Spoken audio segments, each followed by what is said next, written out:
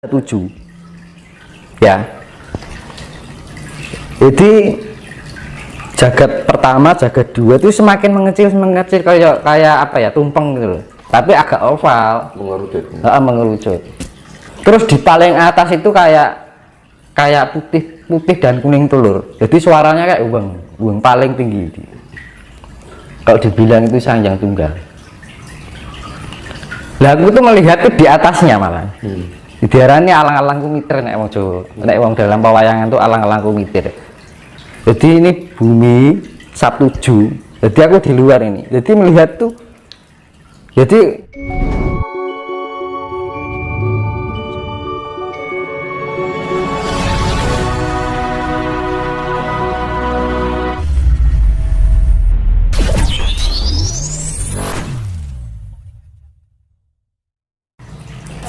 makanya kan gini, saya ibaratkan ya, aku kan sering keluyuran yang apa ya namanya ya, karena mungkin perjalanan dari sekian tahun kan ada peningkatan ya.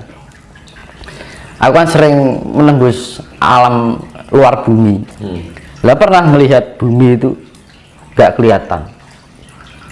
Lah aku kadang berpikir, bumi kok kecil yang gitu, kok kecil, terus manusianya seberapa? Nah kadang-kadang gini, manusia baru mempunyai suatu kelebihan yang entah itu secara materi atau non materi, dia merasa sombong. Padahal kalau dilihat dari sana itu bumi aja nggak kelihatan, apalagi manusia kan gitu loh.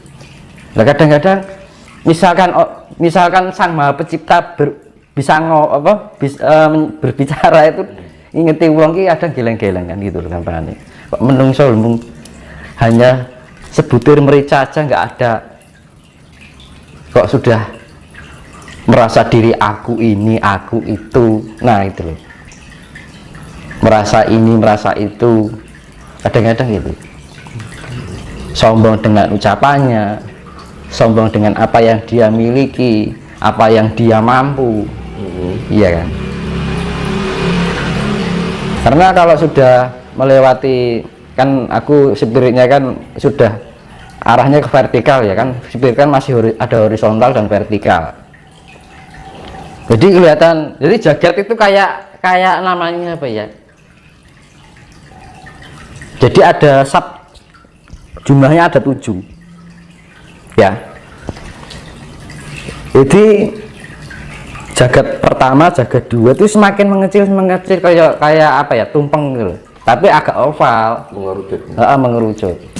Terus di paling atas itu kayak putih dan kuning telur, jadi suaranya kayak uang paling tinggi.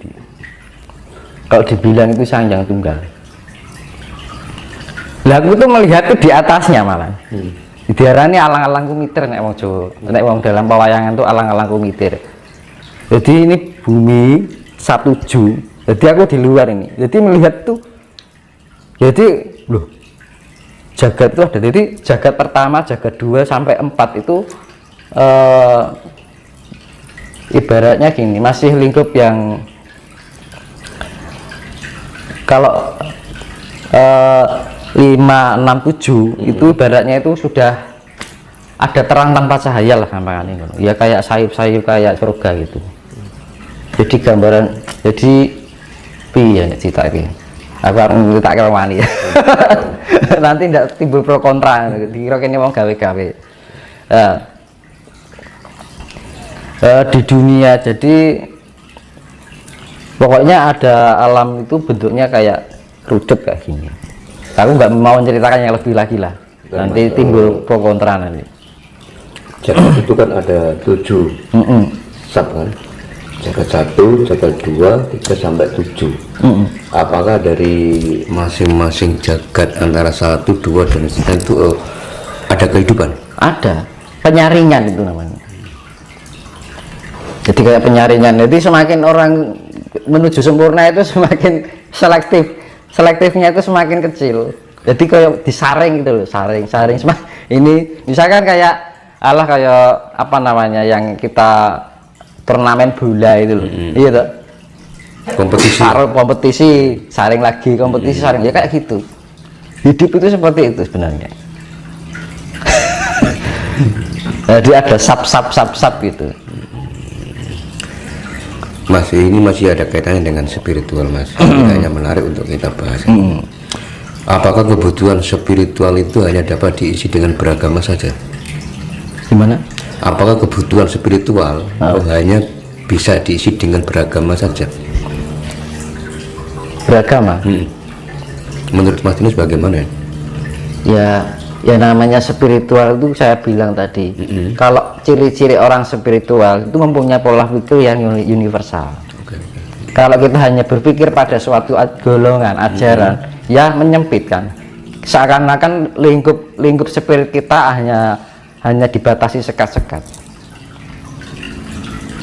Makanya kalau mempunyai jiwa yang benar-benar spirit, itu sifatnya harus universal, fleksibel. Semua agama nggak ada yang salah baik,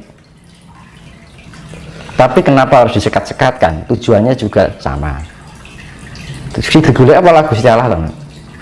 Iya kan? Ya. Padahal Tuhan itu tidak untuk dicari. Tuhan apa dicari? Enggak. Tuh, keberadaan Tuhan itu tidak dicari tapi dirasakan. Mana bisa Tuhan dicari? Nggak bisa. Tuhan sudah ada diri kita kok. Yang perlu kita lakukan hanya merasakan keberadaannya. Akhirnya ada Tuhan. Kita rasakan keberadaannya. Ketika kita memahami dan menyadari, oh ini kopi rasanya enak, gitu kan. Air. Makanya kan ya, Tuhan, saya ulangi lagi, Tuhan tidak untuk dicari, tapi dirasakan keberadaan. Makanya ketika kita meditasi juga jangan mencari, tapi merasakan. Meditasi jangan mencari. Tujuan ini juga merasakan. Karena Tuhan itu semakin dicari semakin jauh. Loh, benar itu. Di dalam meditasi kita pikirannya kemana-mana mencari kan, ya semakin jauh. Sekarang gini Mas Dimas, tadi Mas Dimas mengatakan bahwa meditasi itu jangan mencari. Sebetulnya hakikat dari tujuan meditasi itu sebenarnya bagaimana sih, Mas?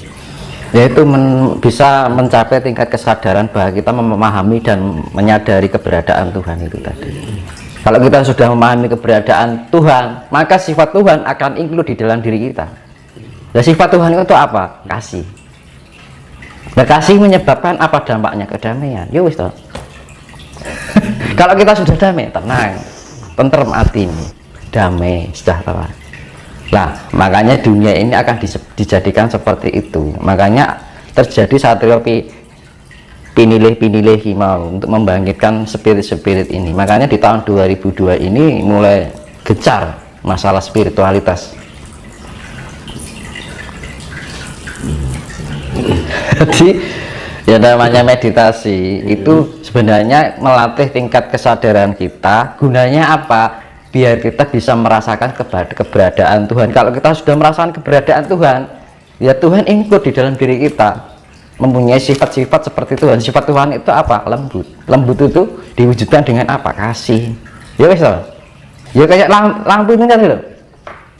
Ya kan? Ya wujud tuh urip, hidup, ya kan? Makanya kan hono coroko, ya. Doto itu artinya menyala. Itu bahasa Sanskerta kan. Kan hono. Hono itu ho no, anane ono sokora ono. Adanya ada karena dari tidak ada. Coroko, cipta rasa dan karsa, cipta rasa dan karsa, ya kan.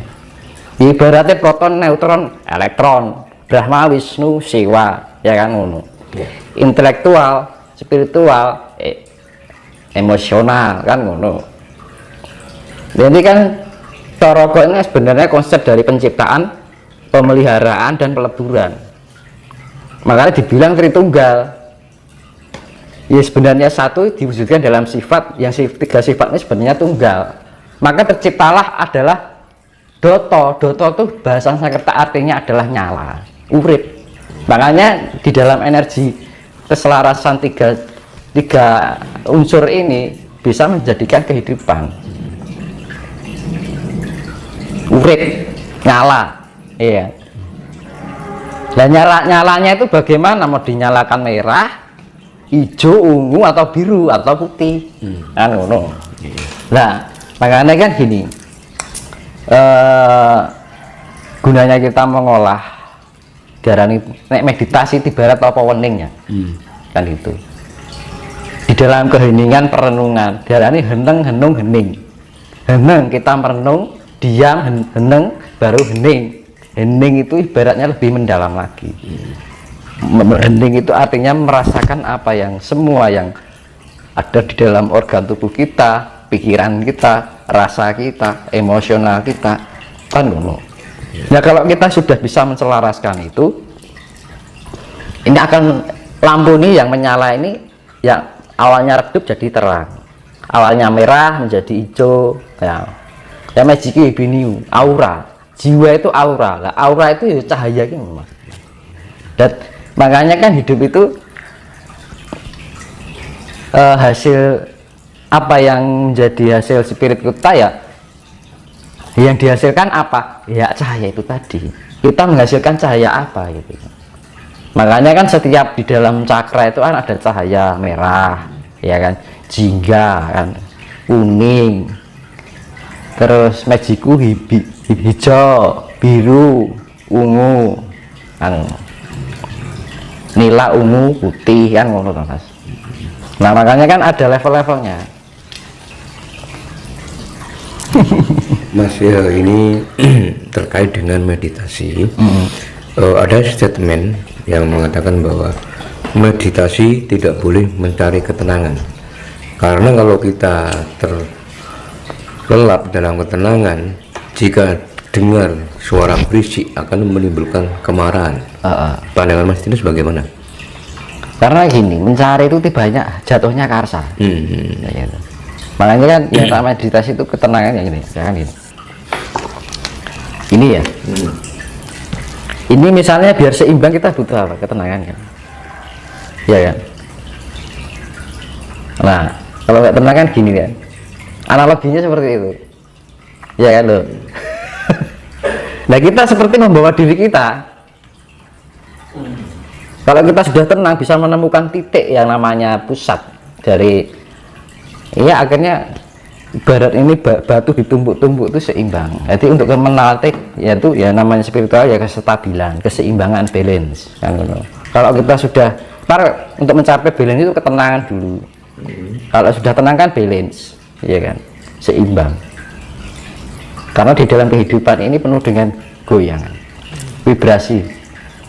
Nah vibrasi kita kan banyak kan, dari faktornya kan banyak. Nah untuk mencapai keseimbangan itu akhirnya tenang, seimbang, balance. Kalau sudah balance kan temukan kedamaian mas, timbangan loh mas, keadilan, ya kan? Kalau kita sudah menemukan keseimbangan kan